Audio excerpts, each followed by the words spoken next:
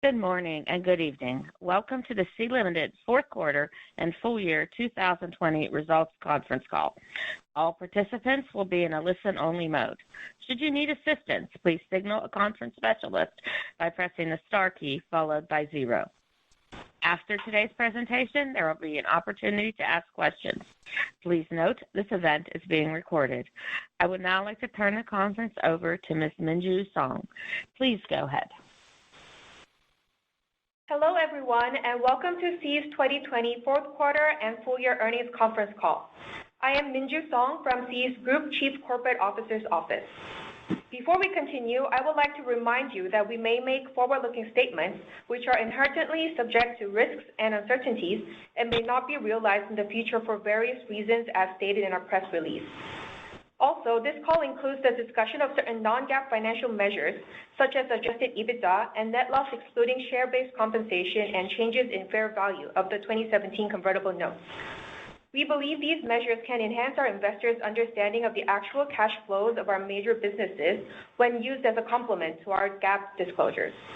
For a discussion of the use of non-GAAP financial measures and reconciliation with the closest GAAP measures, please refer to the section on non-GAAP financial measures in our press release. I have here with me Sea's Chairman and Group Chief Executive Officer, Forrest Li, Group Chief Financial Officer, Tony Hou, and Group Chief Corporate Officer, Andrew Wang. Our management will share strategy and business updates, operating highlights, and financial performance for the fourth quarter and for the full year of 2020. This will be followed by a Q&A session in which we welcome any questions you have. With that, let me turn the call over to Forrest. Thank you, Minju. Hello, everyone, and thank you as always for joining today's call. 2020 was a landmark year for Sea. Our team, users, and communities all faced unprecedented challenges as a result of the pandemic. This further reinforced the importance of our mission to empower the consumers and small businesses in our communities with technology.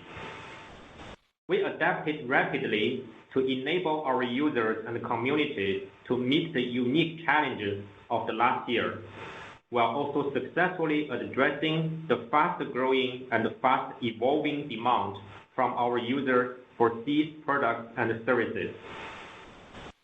For example, we quickly scaled up home and living and grocery offerings on the Shopee platform, rolled out seller support programs to help local merchants to get back on their feet faster, accelerated our digital payment service offerings, and shifted major esports events online, each with highly successful results.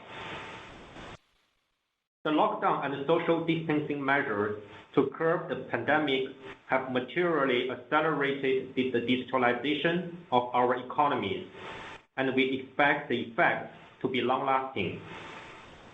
During this time, our team has demonstrated their resilience, adaptability, and strong execution. We believe these capabilities position us very well to capture and drive the significant growth opportunities ahead as a strong market leader. Our results for the fourth quarter and for the full year of 2020 speak to the success of our approach. On the group level, in the fourth quarter, we recorded accelerated year-on-year growth in GAAP revenue compared to the previous quarter. It reached $1.6 billion, up 102% year-on-year. We also recorded 102% year-on-year growth in our fourth quarter gross profit to reach $533.7 million. Our fourth quarter adjusted EBITDA was $48.7 million, compared to an adjusted EBITDA loss of $104.9 million a year ago. The strong fourth quarter results contributed to an outstanding set of results for the full year of 2020. GAAP revenue for the full year more than doubled compared to that of 2019 to reach $4.4 billion. Gross profit grew 123% year-on-year to reach $1.3 billion. We also achieved a positive adjusted EBITDA of $107 million for the full year, compared to a loss of $178.6 million for 2019. This was supported by the strong performance across our digital entertainment and e-commerce businesses. For the full year, Garena achieved bookings of $3.2 billion, and Shopee achieved GAAP revenue plus sales incentives net off of $2.5 billion. Both businesses exceeded our recently raised full-year guidance for 2020. Let me now discuss each business individually. Starting with digital entertainment.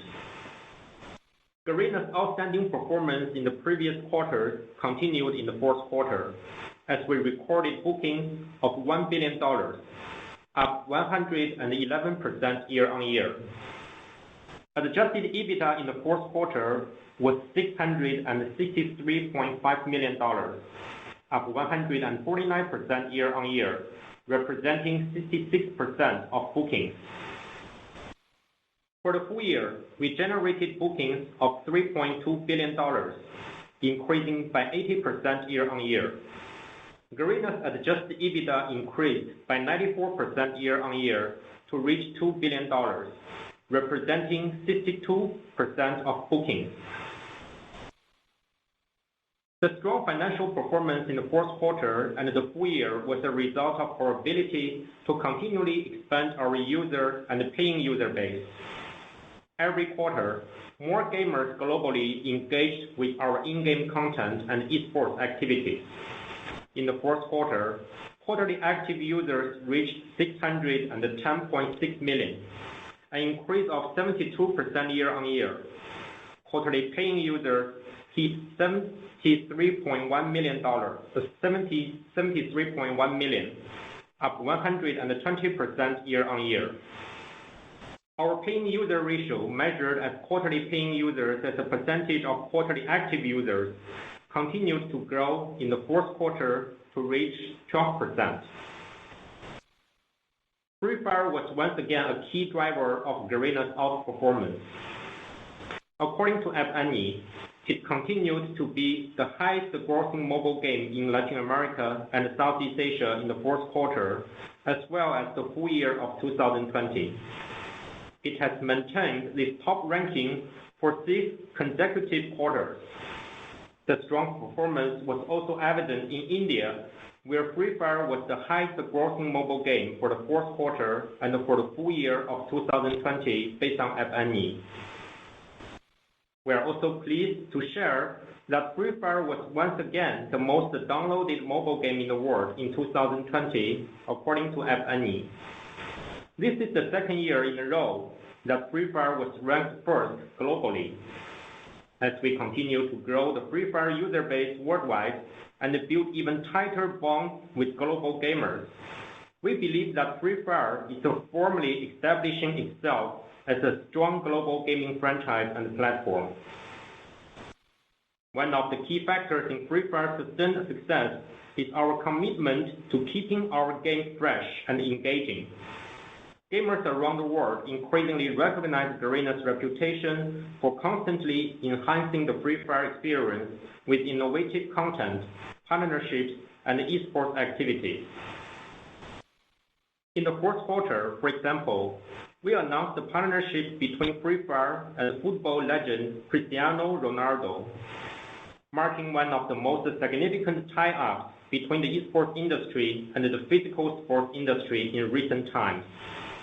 In addition to new in-game items and playable characters, we also introduced the 2 new game modes as part of the partnership with Cristiano Ronaldo: a limited time battle royale racing game mode and a team-based 1v1 duel mode. Our users love these new game modes as they provide a richer and more varied gaming experience by morphing different types of gameplay into the battle royale genre. Free Fire's huge and growing esports and streaming community is another key pillar of our user engagement strategy.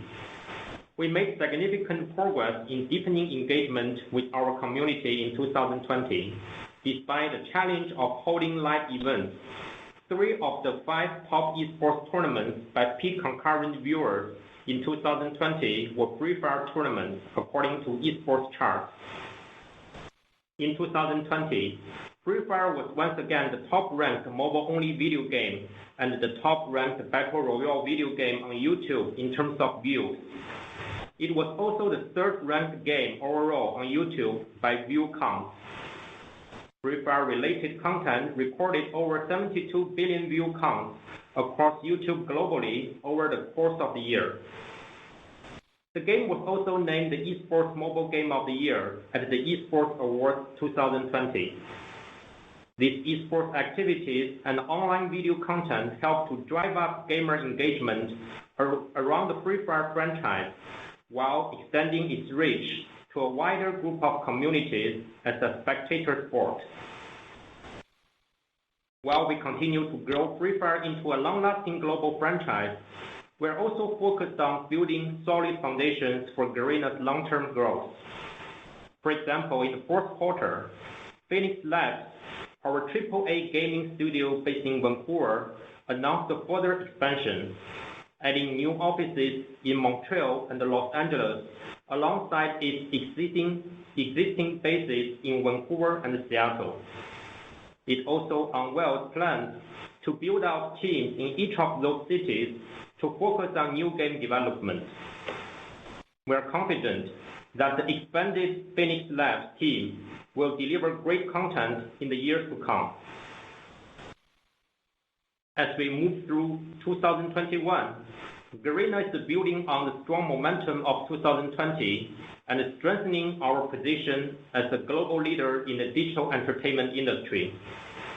We believe that our uniquely nuanced understanding of the tastes and the preferences of global games communities and our proven ability to build lasting bonds of affinity with gamers in diverse markets around the world will continue to drive growth and success for Garena in 2021 and beyond.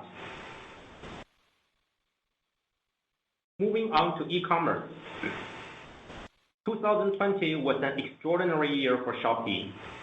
In a challenging environment, we adapted quickly to serve our communities and addressed the fast-evolving needs of our buyers and sellers.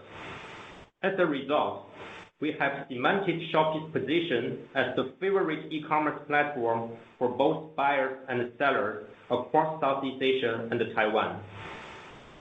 We continued to record excellent results for the fourth quarter. Year-on-year growth for each of gross orders, GMV, and GAAP revenue further accelerated compared to the third quarter. In the fourth quarter, Shopee recorded 1 billion gross orders, up 135% year-on-year, and a GMV of $11.9 billion, an increase of 113% year-on-year. GAAP revenue grew 178% year-on-year to $842.2 million. Adjusted EBITDA loss per order decreased by 41% year-on-year to 41 cents during the quarter, reflecting the efficiencies we have reaped across 2020, even as we continued to invest in growth, especially during the peak shopping season. For the full year of 2020, Shopee's gross orders totaled 2.8 billion, up 133% year-on-year. GMV was $35.4 billion, an increase of 101% year-on-year. GAAP revenue grew 160% year-on-year to achieve $2.2 billion. In Indonesia, Shopee's largest market, we continue to grow our leadership position. We recorded more than 430 million orders in the fourth quarter. This translates into a daily average of around 4.7 million orders, up 128% year-on-year. According to App Annie, Shopee continued to rank first in Indonesia by average monthly active users, total time spent in app on Android, and downloads in the shopping category in the fourth quarter and for the full year of 2020. We are also encouraged to see more sellers and brands around the region doing business on Shopee. For example, Shopee Mall, our dedicated space for leading brands, now features over 23,000 international and local brands.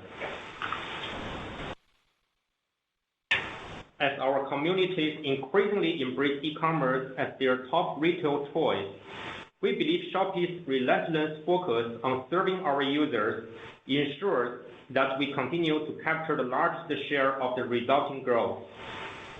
In both the fourth quarter and for the full year, Shopee was ranked number 1 in the shopping category across Southeast Asia and Taiwan by average monthly active users, total time spent in app on Android, and downloads based on App Annie. In fact, Shopee was ranked the 3rd most downloaded app in the shopping category globally for the full year, according to App Annie. The success of Shopee has also translated into stronger brand recognition across our community. We see this in YouGov's recently published Best APAC Buzz Rankings 2020, where Shopee was ranked 1st in Asia. Shopee was also the number 8 ranked brand in YouGov's Best Global Brands 2020, representing one of the 2 e-commerce brands in the world's top 10 ranking. Our strong focus on serving our users will continue to drive lasting brand affinity across our region. In each of our markets, e-commerce adoption continues to grow at an accelerated pace, and we believe that as the go-to online shopping platform, Shopee will successfully capture and further drive these growth opportunities. Turning now to digital financial services.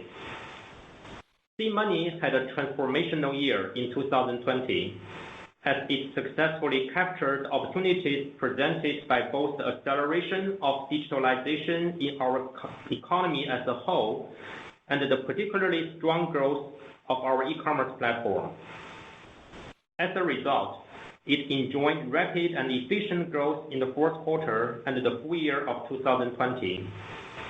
For the fourth quarter, SeaMoney's mobile wallets recorded total payment volume of $2.9 billion, with quarterly paying users surpassing 23.2 million. This was partly driven by monthly paying users in Indonesia, which exceeded 10 million during the fourth quarter. Over the full year 2020, our mobile wallet total payment volume was $7.8 billion. Even as our mobile wallet Shopee Pay benefited from the strong growth of Shopee, it also meaningfully reduced the payment friction and improved the user experience on Shopee. This synergistic growth of both Shopee and Shopee Pay showcases the strength of our platforms in terms of adding value for our consumers. Off-platform online and offline use cases and partnerships also grew in 2020 as we continued our initiatives to expand use cases and as we saw more natural adoption by users who appreciate accessibility and the convenience of our mobile wallet services. For example, we recently expanded our partnership with Google to offer our mobile wallet as a payment option for the Google Play Store in Indonesia, in addition to our existing partnership in Thailand. As we onboard more online and offline use cases, we are seeing that our users increasingly appreciate the ease and the convenience of using our mobile wallet services. We also see that SeaMoney's merchant partners increasingly recognize the value of tapping into the vast and rapidly growing user bases of Shopee and SeaMoney. We are excited about the opportunity ahead of us to serve a wider set of needs for both new and existing consumers and businesses across our ecosystems. The rapid adoption of digital financial services in our region is expected to have a long-term growth prospect, and we will continue to focus on delivering strong, efficient, and sustainable growth. Turning now to our guidance for 2021. We believe that we are well-positioned to continue delivering value across our communities. For the full year of 2021, we currently expect bookings for digital entertainment to be between $4.3 billion and $4.5 billion, representing 38% year-on-year growth at the midpoint of the guidance. We also expect GAAP revenue for e-commerce to be between $4.5 billion and $4.7 billion, representing 112% year-on-year growth at the midpoint of the guidance.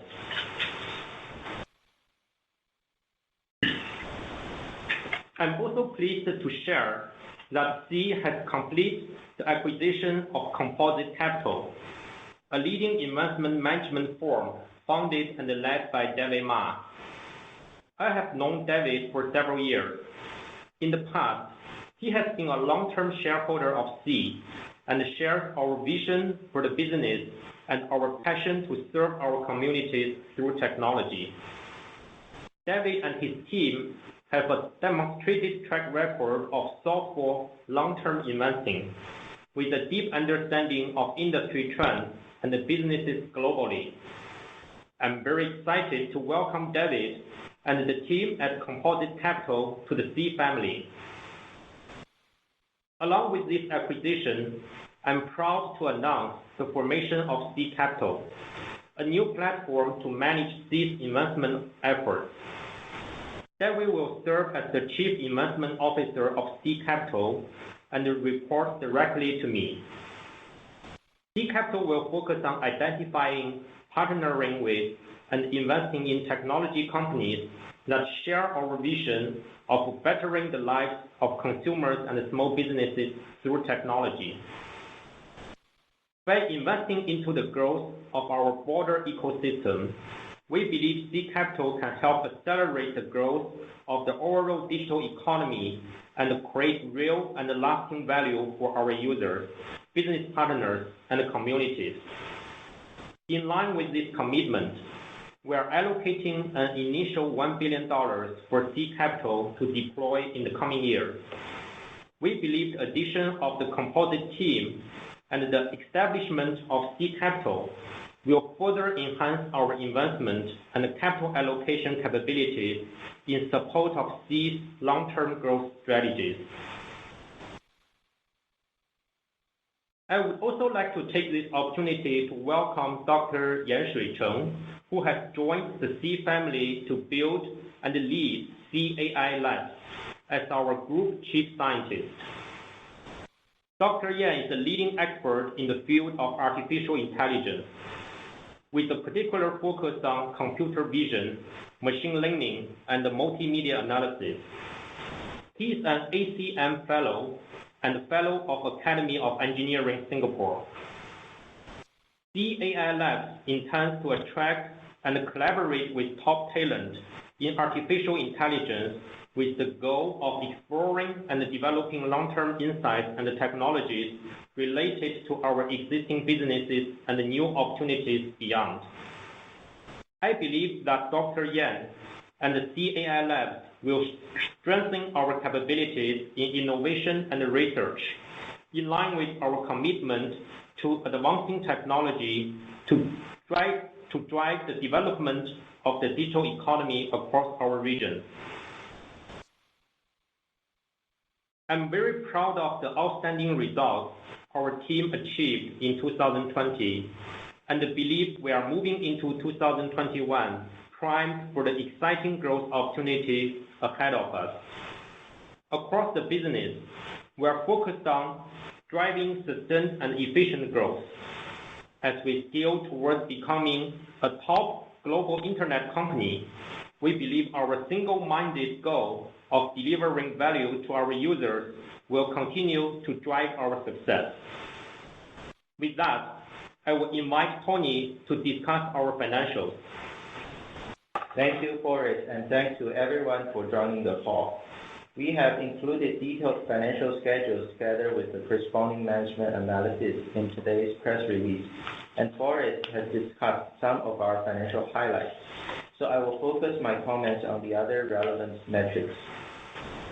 For Sea overall, total GAAP revenue increased 102% year-on-year to $1.6 billion in the fourth quarter, and 101% year-on-year to $4.4 billion for the full year of 2020. This was mainly driven by take rate growth in our e-commerce business as we continue to roll out tools to better serve our users' needs, as well as growth of our digital entertainment business, especially our self-developed game, Free Fire. Digital entertainment bookings grew 111% year-on-year to $1 billion in the fourth quarter, and 80% year-on-year to $3.2 billion for the full year of 2020.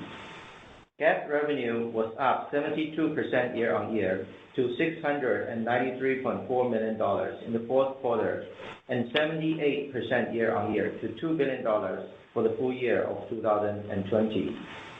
The growth was primarily driven by the increase of our active user base and deepened paying user penetration as we continue to engage the community through new content rollout and esports events.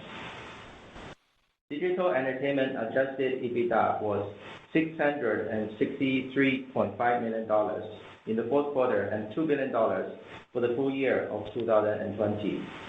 This represents year-on-year growth of 149% and 94% for the quarter and the full year respectively.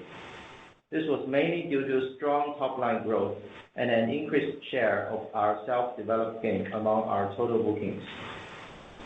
On e-commerce, our fourth quarter GAAP revenue of $842.2 million included GAAP marketplace revenue of $627.6 million, up 175% year-on-year, and GAAP product revenue of $214.6 million, up 187% year-on-year.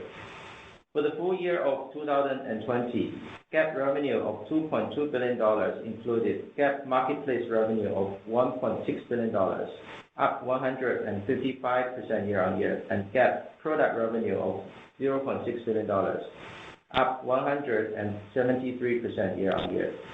The strong results demonstrated the deepening penetration of e-commerce and our ability to capture these accelerated growth opportunities created by the rapid expansion of the digital economy.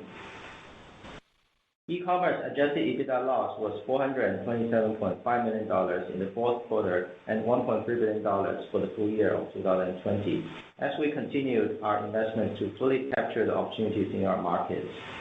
We remain committed to efficiently investing in and growing the ecosystem to serve our users better. Digital financial services GAAP revenue was $24.4 million in the fourth quarter and $60.8 million for the full year of 2020. Digital financial services adjusted Ebitda loss was $171.3 million in the fourth quarter and $511.1 million for the full year of 2020, as we continue our efforts to drive mobile wallet adoption. Returning to our consolidated numbers, we recognized a net non-operating loss of $124.5 million in the fourth quarter of 2020, compared to a net operating loss of $15.2 million in the fourth quarter of 2019. Our non-operating loss in the fourth quarter of 2020 was primarily due to investment loss and interest expense on convertible notes. For the full year, our net non-operating loss was $179.9 million, compared to loss of $477.4 million for the full year of 2019. Our non-operating loss for the full year of 2020 was primarily due to interest expense on convertible notes, while such loss in 2019 was primarily due to fair value loss of $472.9 million on our 2017 convertible notes. We had a net income tax expense of $44.2 million in the fourth quarter of 2020 and $141.6 million for the full year of 2020. This was primarily due to corporate income tax and withholding tax recognized in our digital entertainment business. As a result, net loss excluding share-based compensation and changes in fair value of the 2017 convertible notes was $430.7 million in the fourth quarter of 2020 and $1.3 billion for the full year of 2020. With that, let me turn the call to Yanjun. Thank you, Forrest and Tony. We're now ready to open the call for questions. Thank you. We will now begin the question and answer session. To ask a question, you may press star, then one on your touchtone phone. If you're using a speakerphone, please pick up your handset before pressing the keys. To withdraw your question, please press star, then two. In the interest of time, we will take a maximum of 2 questions at a time from each caller. If you wish to ask any more questions, please request to join the question queue again after your first questions have been addressed. At this time, we will pause momentarily to assemble our roster. The first question today comes from Piyush Mubayi with Goldman Sachs. Please go ahead. Thank you for taking my question, and congratulations on the numbers. May I just ask about the guidance that you provided on the gaming side, and looking back at the growth that you've seen in the user number in 2020, could you extrapolate from that and give us a feel for what sort of user growth we can foresee in 2021 that's underpinning the growth in gaming revenues for 2021? And related to that, if you could expand on the driver of the improvement in margins that we're observing on the gaming side, that would be great. I'll go back to the queue. Thank you. Thank you, Piyush. In terms of the user growth, we don't separate forecast that for 2021, but if you look at our past performance, so far our revenue growth or bookings growth for the digital entertainment segment has been driven by both user-based growth as well as pay user penetration deepening, with a relatively stable average revenue per paying user. And that speaks to the strength of our game, especially our self-developed game, Free Fire, which has been a top grossing game in Southeast Asia and LATAM for multiple quarters, and has also become a top grossing game in India for 2020 as well as the fourth quarter of 2020. I think that is a very positive trend we're observing. We will continue to grow our user base globally for this game, and we are also seeing very positive diversification of our revenue, with Latin America now contributing the largest share of revenue. At the same time, we see other parts of the world, including India, increasingly contribute significant portion of bookings to the digital entertainment segment. With this diversification, we're seeing Garena to become increasingly a global player, with revenue coming from all over the world and user base expanding to the rest of the world rapidly. When we reached last quarter, for the third quarter, we reached more than 570 million quarterly active users. We thought that was a very good number. And then you see in fourth quarter, our active user base has increased to more than 600 million users. We're still continue to see very positive user growth across all our regions, and that to us is a very positive sign for the longevity and longer-term commercialization of this game, as well as return to our effort to build this game into a long-lasting IP, a strong platform, and increasing an ecosystem of itself. In terms of the improvement of digital entertainment, adjusted Ebitda margin, we're seeing, as we mentioned, this is mainly attributable to Free Fire being our self-development game, which doesn't require any revenue share with any IP owner or developer, and therefore we continue to see margin improvement. Of course, in the longer run, we will also see more diversification of revenue, both from self-developed as well as third-party publishing side. And we are also focusing on investing into our ecosystem in recruiting top talent, in building our technology capabilities, and in introducing more IP, including IP collaborations with partners across different sides, whether it's on the gaming side as well as on the social or other entertainment front, to further improve our content offering to our user base. So that, in the longer run, we do expect to maintain a very healthy adjusted EBITDA margin for our game business. We'll continue to run it in a very efficient manner. The next question comes from Thomas Chung with Jefferies. Please go ahead. Hi, good evening. Thanks, management, for taking my questions, and congratulations on a solid set of guidance. On Shopee, I would like to ask about our triple-digit revenue growth. Can management comment about the business trend across different regions, Indonesia, Singapore, Taiwan, Malaysia, etc.? I just want to get a sense about which countries are we seeing faster growth for this year. And my second question is on the digital finance side.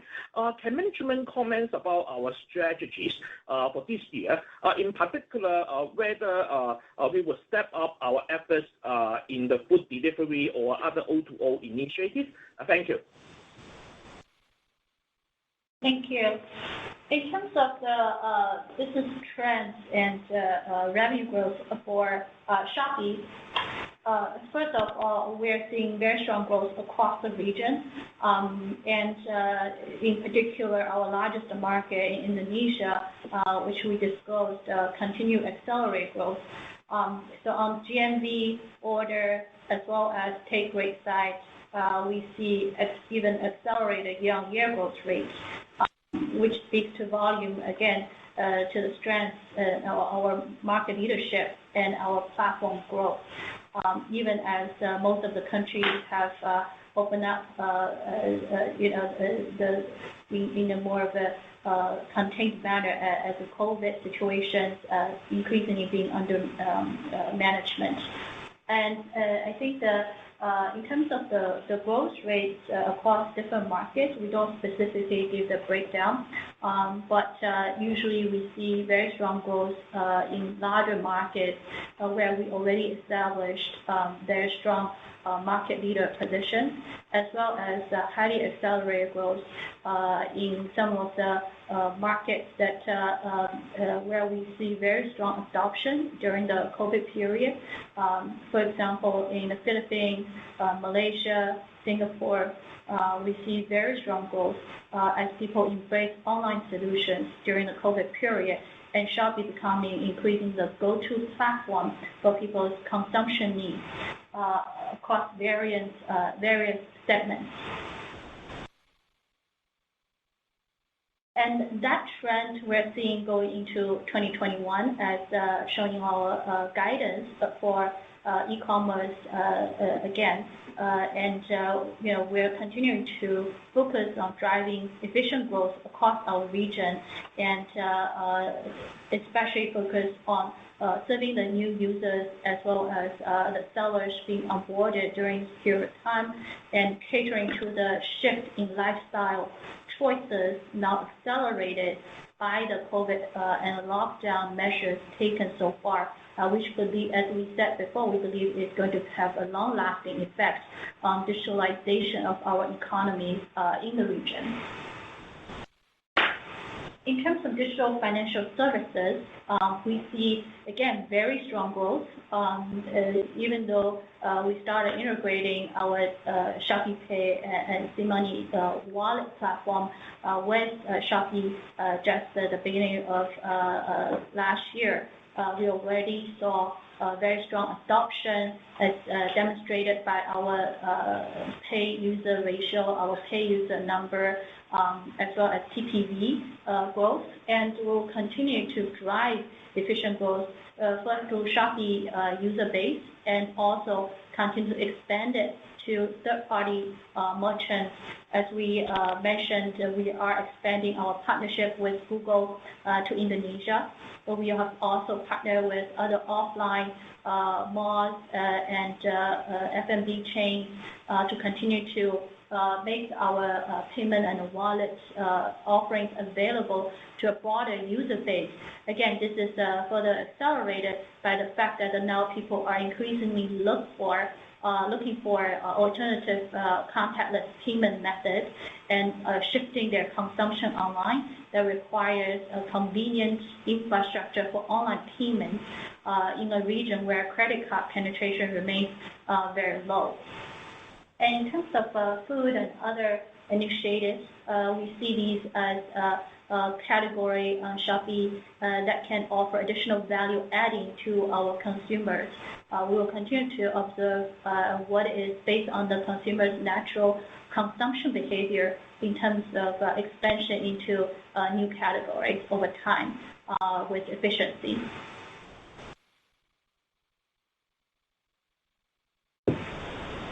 The next question comes from Alicia Yap with Citigroup. Please go ahead. Hi, good evening, management. Thanks for taking my questions. Congratulations on the strong results. My first question is related to Shopee. There has been a lot of news report mentioned about Shopee making good progress in Brazil. So just wondering if you could share with us your overall e-commerce thoughts or the strategies for the Latin America, specifically for Brazil. And then if we can compare between LATAM and Southeast Asia, what are some of the similarities and also the biggest difference between the two regions? And if your visions for this Brazil e-commerce initiative, what are the things that or efforts that you would need to step up in order to achieve your target in Brazil? And then very quickly on the gaming, in terms of your studio that you're setting up in Montreal and Los Angeles and all that, is this more coming for potentially we are planning to license more U.S. IP, or is it will come up from our own IP in terms of these new games development? Thank you. Thank you, Alicia. On the e-commerce front, as we mentioned, Brazil is a initiative by our cross-border team to offer more markets to our cross-border sellers, given that we already have established operations on the gaming side in the market. So it's generally efficient for us to offer additional value adding to our sellers. On that front, we also start to see local sellers embarking on our platform, and it's well received. We think that's, of course, a positive sign. However, it's still very preliminary for us, and we will continue to observe the market and let the team run with it and see how that progresses over time. And in terms of our comparison between LATAM and Southeast Asia, I think these are very different markets, and we wouldn't presume that we know those markets very well at this point. Again, given the early stage of the development there, we will let the team explore a bit more and see how that goes. And in terms of the Phoenix Labs expansion, so these are, if you recall, we acquired Phoenix Labs and as an acqui-hire effort to bring in top talent based in the West and who have traditionally a long history of experience of AAA titles and also on PC and console-based games. And the team has been expanding into other locations in the U.S. to continue to recruit more gaming talent for our long-term self-development capabilities. So at the same time, of course, our partners in the U.S. As well as other parts of the developed markets have been, always in close communications with them to see if there could be good IP to be brought to our region. Now have been expanded to not just Southeast Asia, but also to include Latin, India, MENA, and the rest part of the world. And we have demonstrated our strong track record in managing, deepening user base as well as commercialization in a pretty much unprecedented, massive way in those regions for a sustained long period of time with our own IP as well as third-party IP incorporated in our self-developed game. So with that strong track record, we believe we're in a very good position to both attract top talent from all over the world to our studios, those based in the US, Canada, or Asia, as well as to attract top IP globally and in partnership with other developers.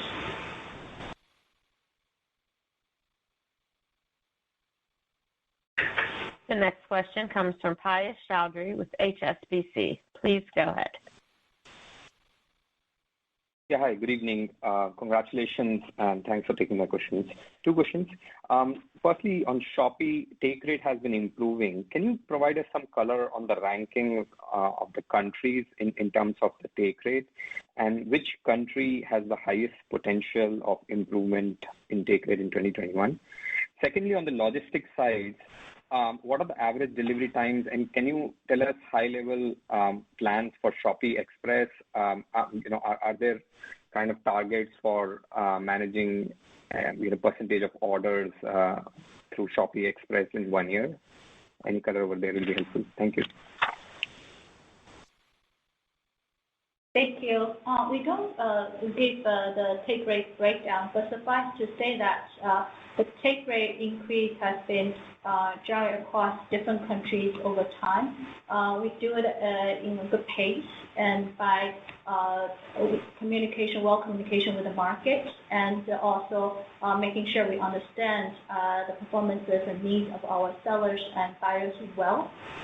Most importantly, the increase in the take rate is driven by advertisements as well as transaction-based fees across different markets. So I think that there could be fluctuations also from period to period. It is a dynamic process. We always look at the conditions, the time period, as well as the performances of our ecosystem to decide how best to manage the take rate over time. But suffice to say that we think in the longer run, on a blended level, we still believe it can still move to an even higher rate at an even high single and low double-digit range. And I think we're quite on target of getting there over time. And in terms of logistics, our average delivery time is around probably a couple of days, depending on, of course, what part of the region you're talking about.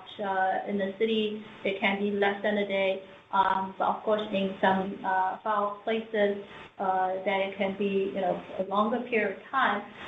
But so far, we don't see that as a bottleneck for our e-commerce business growth. Of course, during the COVID period, with travel constraints as well as increased demands from all over the different parts of the region, we are quickly ramping up logistics capabilities in partnership with our third-party logistics providers, as well as by increasing our own capacity in last mile express delivery to supplement the 3PL capacity during the peak time. So we will continue to monitor the logistics demand as well as the service levels of our 3PL and help them further grow in their efficiency and capabilities in serving our users. At the same time, ramping up our own capabilities as needed, but in a very efficient manner.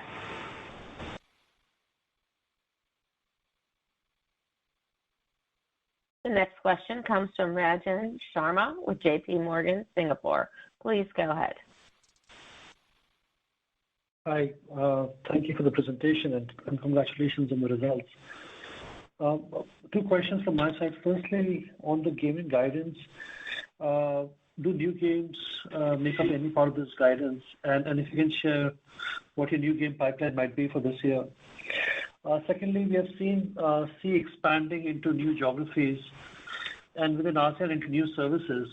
How should we think about your sales and marketing budget, and how are you allocating it to the different services? Thank you. Thank you. In terms of the game guidance, we are budgeting it based on whatever is currently visible to us, as always. We don't specifically discuss pipelines, but as we all know, we always been testing prototypes, ideas, and even more advanced games at any time, at any point of time. And so we continue to also diversify our pipeline, genres, and capabilities across different types of games. So the revenue guidance or bookings guidance is based on our reasonable estimates for 2021, based on whatever is currently visible to us. And in terms of the allocation of the sales marketing, are you referring to digital entertainment segment also?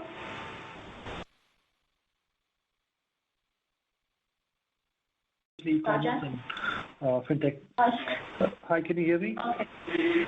Yes, I can. So for e-commerce sales marketing expense, as you can see, we continue to improve on our efficiency, and our allocation sales marketing is again a dynamic process based on the time of the year and what we think is the development pace and pace of growth for the market and efficiency of investment in the market, as well as any opportunistic media events, for example. So these are a combination of factors we look at in allocating sales and marketing. But the gist of it is we continue to focus on efficient growth to make sure that every dollar we spend there is driving effective user growth and strong user retention, and also increasing user frequency. For example, during Q4, during the peak sales period, this is a very strong shopping period, and we have a lot of shopping activities as well as media activities across different markets, and these have shown very strong results, as you can see. And more importantly, we're driving up not just user time spent, but also user frequency on our app. We now see more than 5.7 times purchase frequency, order frequency per month. That's another step up from the last quarter's Q3's number. So that is a very good testament to the strength of our platform and efficiency of our investment into sales and marketing.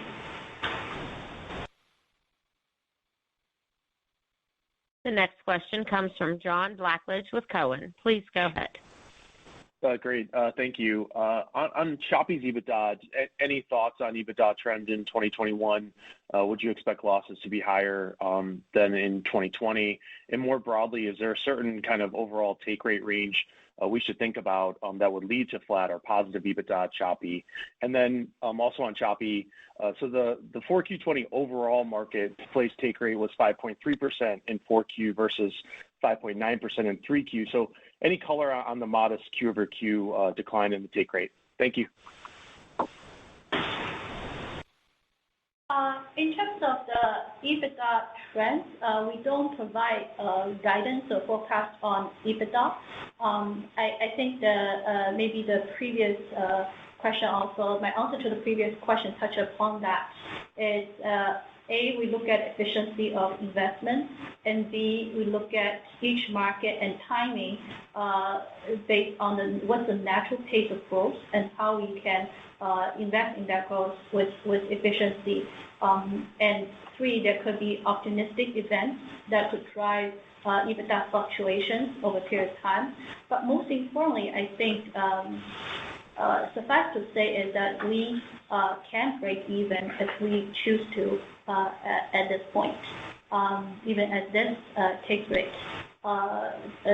And our Taiwan take rate is not, for example, that's the first market where we broke even, and we have achieved a very healthy EBITDA margin there, as we previously disclosed before. And the take rate in Taiwan is not highest, even among our existing markets. So it's not to say that we have to drive to a very high take rate to be able to break even. Our investment in growth is really by choice and according to the pace that we think is suitable for each market. So we're in a very good position right now where our destiny is in our own hands, and we can control the pace of investment and allocation of each market in a highly dynamic and elastic way to drive efficient growth. In terms of the take rate, our take rate has actually increased quarter-on-quarter. It didn't decline. Happy to elaborate further offline, but if you look at our past disclosure, there's an increase in the take rate quarter-on-quarter.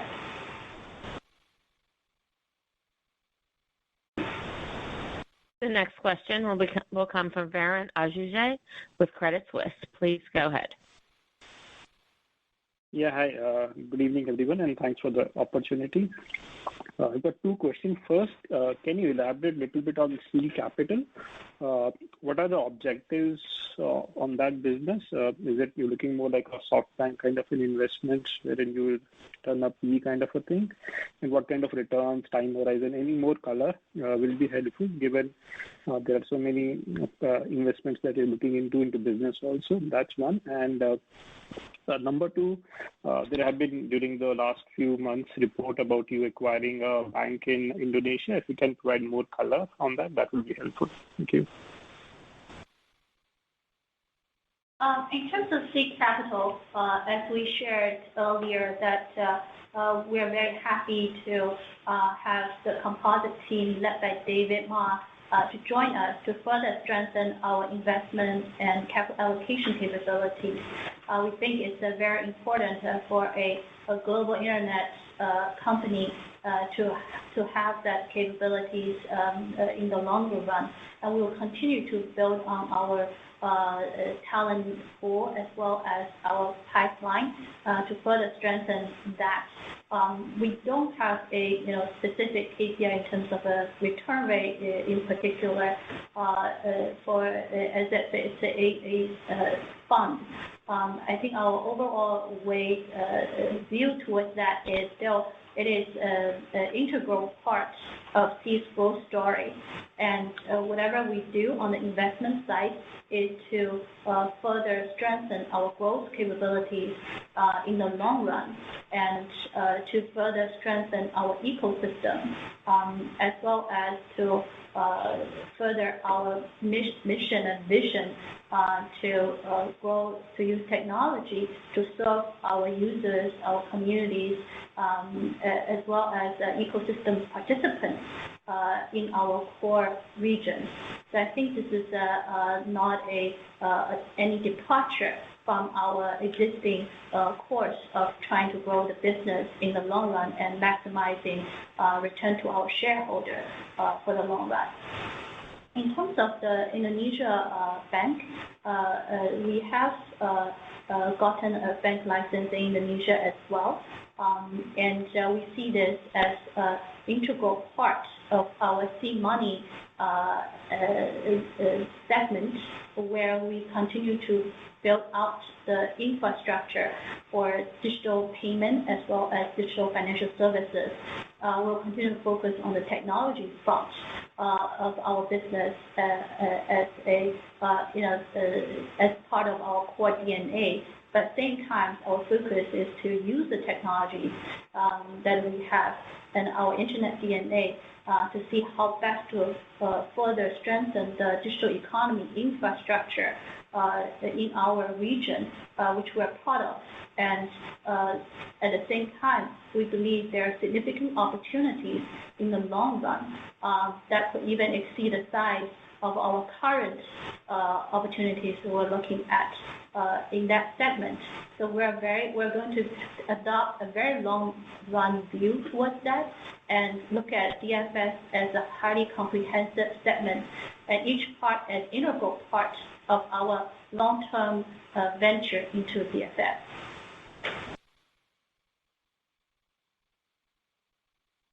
This concludes our question and answer session. I would now like to turn the conference back over to Minju Song for any closing remarks.